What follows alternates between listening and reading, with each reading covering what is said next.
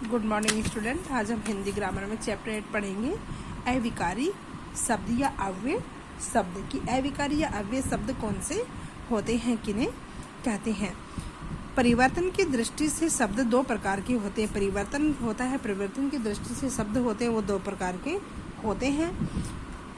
वे शब्द जिनके रूप लिंग, वचन, कारक, पुरुष आदि के आधार पर बदल जाते हैं विकारी शब्द कहलाते हैं। यानी कि वो शब्द जो शब्द होते हैं वो दो प्रकार के होते हैं, यानी जिनके अंदर लिंग, वचन और कारक पुरुष आदि के आधार पे ये सब लग जाते हैं, उसमें आ जाते हैं तो वो शब्द बदल जाते हैं, तो वो विकारी शब्द कहलाते हैं। और दूसरे होते हैं अविकारी शब्द। अविकारी शब्द वो होते हैं वे शब्द जिनमें कोई परिवर्तन नहीं होता, यानी कोई विकार या परिवर्तन नहीं होता, वो अविकारी शब्द कहलाते हैं। इस प्रकार व्याकरण की दृष्टि से शब्दों में निम्नलिखित भेद होते हैं, विकारी और अविकारी शब्द। तो इसकी परिभाषा, अविकारी शब्द की परिभाषा, अव्यय शब्दों में लिंग, वचन, कारक आदि लगाने से कभी कोई परिवर्तन नहीं होता, उन्हें अविकारी या अव्यय शब्द कहते हैं। अव्यय शब्द कहते हैं। तो विकारी शब्द और अविकारी शब्द, यानी कि व्याकरण की दृष्टि से शब्दों के दो भेद होते हैं, विकारी और अविकारी शब्द। तो विकारी शब्द, इन शब्दों में संज्ञा, सर्वनाम, विशेषण व क्रिया आते हैं, और अविकारी शब्दों में क्रिया, विशेषण, संबंधवाचक, समुच्चय बोधक तथा विस्मयादि बोधक अव्यय होते हैं। अविकारी शब्द चार प्रकार के होते हैं। अविकारी शब्द होते हैं वो चार प्रकार के होते हैं, क्रिया विशेषण, संबंध बोधक और समुच्चय बोधक और विस्मयादि बोधक। तो सबसे पहले आता है क्रिया विशेषण। ये विकारी शब्द जो वाक्य में क्रिया संबंधी विशेषता बताते हैं क्रिया विशेषण कहलाते हैं। जैसे राम धीरे चलता है, यहाँ चलता है क्रिया की विशेषता धीरे शब्द से बताई जा रही है, अतः धीरे शब्द क्रिया का विशेषण अर्थात क्रिया विशेषण है। क्रिया विशेषण शब्दों की विशेषता बताने वाले शब्द क्रिया विशेषण कहलाते हैं। जैसे राम बहुत धीरे चलता है, यहाँ धीरे क्रिया विशेषण शब्द की विशेषता बहुत शब्द से बताई जा रही है, अतः बहुत शब्द क्रिया विशेषण है। क्रिया विशेषण के भेद, क्रिया विशेषण के चार भेद होते हैं, कालवाचक क्रिया विशेषण, स्थानवाचक क्रिया विशेषण, रीतिवाचक क्रिया विशेषण, परिमाणवाचक क्रिया विशेषण। सबसे पहला आता है कालवाचक क्रिया विशेषण। वे क्रिया विशेषण शब्द जो क्रिया की समय यानी काल संबंधी विशेषता बताते हैं, अर्थात क्रिया होने का समय बताते हैं, कालवाचक क्रिया विशेषण कहलाते हैं। जैसे राम कल आएगा, वह सुबह से पढ़ रहा है। नेक्स्ट है कालवाचक क्रिया विशेषण के उदाहरण देखिए। नेक्स्ट, आज, कल, परसों, कब, अब, जब, तब, अब, कब, जब, तक, कब तक, सदा, अभी, कभी, जभी, तभी, पहले, पीछे, बाद में, पूर्व, सदैव, हमेशा, सर्वदा, नित्य, प्रातः, सुबह, मध्याह्न, शाम, रात, दिन भर, प्रतिदिन, प्रति सप्ताह, प्रति मास, दोपहर, घड़ी घड़ी, हर घड़ी, परंतु, निरंतर, आजीवन, आजकल आदि। ये सब क्रिया विशेषण के उदाहरण है। नेक्स्ट आता है स्थानवाचक क्रिया विशेषण।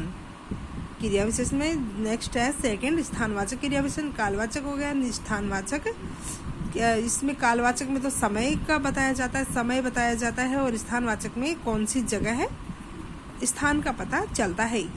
क्रिया के स्थान संबंधी क्रिया विशेषता बताने वाले क्रिया विशेषण स्थानवाचक क्रिया विशेषण कहलाते हैं। जैसे राम ऊपर गया, मोहन उधर बैठा है। स्थानवाचक क्रिया विशेषण के भेद, ये दो प्रकार के होते हैं। स्थिति सूचक, यहाँ वहाँ, जहाँ तहाँ, कहाँ, आगे पीछे, भीतर बाहर, पास दूर, आस पास आदि। नेक्स्ट, दिशा सूचक, उधर किधर, इधर दाएं बाएं, जिधर आदि। नेक्स्ट आता है रीतिवाचक क्रिया विशेषण। जो क्रिया विशेषण शब्द क्रिया के होने के ढंग को बताते हैं, यानी ढंग या तरीके को बताते हैं, उन्हें रीतिवाचक क्रिया विशेषण कहते हैं। जैसे वह धीरे धीरे चलता है, राम तेज चलता है, यहाँ धीरे तथा तेज शब्द चलता क्रिया के ढंग यानी रीति को बता रहे हैं। रीतिवाचक क्रिया विशेषण के निम्नलिखित उपभेद होते हैं। रीतिवाचक क्रिया विशेषण होता है, इसके भी उपभेद होते हैं।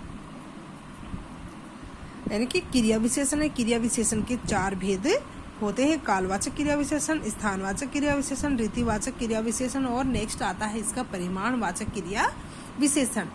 तो जो इसका रीतिवाचक क्रिया विशेषण है इसके भी भेद होते हैं, यानी इसके उपभेद होते हैं। सबसे पहले आता है प्रकार बोधक। अचानक, सहसा, ऐसे वैसे, कैसे जैसे, फट से, ज्यों ही तैसे, मानो, धीरे, शीघ्रतापूर्वक, अनायास, झट से, होले, वृथा, स्वयं, आप ही, आप, यथाशक्ति, हंसकर, फटाफट, पैदल, रोकर, अकस्मात, एकाएक आदि सब प्रकार बोधक है। नेक्स्ट आता है निश्चय बोधक। ठीक, सही, अवश्य, समुच्चय, वस्तुतः, जरूर, दरअसल, निसंदेह, बेशक, यथार्थ में, विशेषता, वास्तव में आदि होते हैं निश्चयवाचक क्रिया विशेषण। नेक्स्ट आता है अनिश्चय बोधक। कदाचित, शायद ही, यथा, संभव, स्वतः आदि। नेक्स्ट आता है इसका 4th नंबर स्वीकृति बोधक। ठीक, हाँ, जी हाँ, सच, यथावस्तु, बिल्कुल आदि, यानी स्वीकार करते हुए। नेक्स्ट आता है कारण बोधक। अतएव, इसलिए, क्यों, किसलिए, काहे को आदि। नेक्स्ट आता है निषेध बोधक। नहीं, न, मत, आदि। नेक्स्ट आता है अवधारण बोधक। मात्र, भर, तक, तो, ही, भी, सा आदि। और इसका क्रिया विशेषण का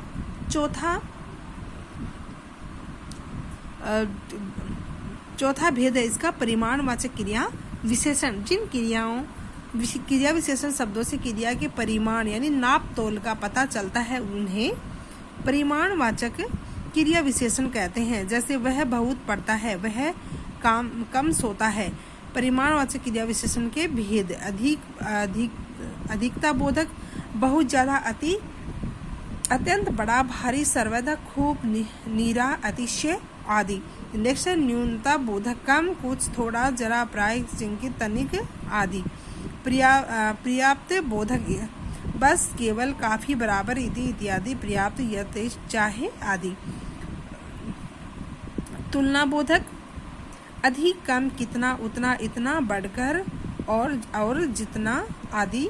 नेक्स्ट आता है श्रेणी बोधक। बारी बारी से, क्रम से, थोड़ा थोड़ा, तिल तिल, यथाक्रम, एक एक करके, तरकीब आदि हैं इसके परिमाणवाचक क्रिया विशेषण के। तो ये हमारा हो गया क्रिया विशेषण। अविकारी शब्द होते हैं वो अविकारी शब्द के चार प्रकार के होते हैं। क्रिया विशेषण, संबंध बोधक, समुच्चय बोधक और विस्मयादि बोधक। तो हमने इसमें इसका पहला भेद क्रिया विशेषण पढ़ा है।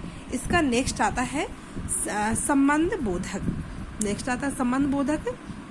ये विकारी अव्यय शब्द जो संज्ञा या सर्वनाम शब्दों के बाद आकर वाक्य के दूसरे शब्दों से उसका संबंध बताते हैं, संबंध बोधक अव्यय कहलाते हैं। यानी संबंध बोधक में है क्रिया विशेषण में तो क्रिया का पता चलता है, कौन सी क्रियाएं जो होती हैं।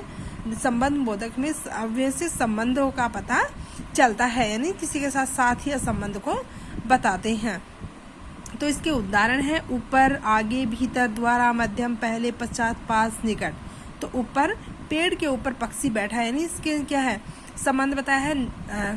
पेड़ के ऊपर पक्षी बैठा है, आगे में घर के आगे छोटा सा चबूतरा है, भीतर सीप के भीतर मोती है, मेरा कार्य तुम्हारे द्वारा हो सकता है, मध्य एशिया के मध्य भारत की भूमि है, राम के आने के पहले मोहन चला गया, कहानी सुनने के पश्चात वह घर गया, राम के पास अपार धन है, मथुरा के निकट ही वृंदावन है। नेक्स्ट है नीचे, पेड़ के नीचे यात्री बैठे हैं, पीछे घर के पीछे एक मंदिर है, बाहर गांव के बाहर जंगल है और पश्चिम की ओर हमारा खेत है, सामने मेरे विद्यालय के सामने एक बाग है। बाद मोहन के आने के बाद राम चला गया, तले चलो नीम की छाया तले बैठे, तक 5 बजे तक यहीं बैठो, अपेक्षा दूसरों के अवगुणों की अपेक्षा गुणों पर ध्यान दो।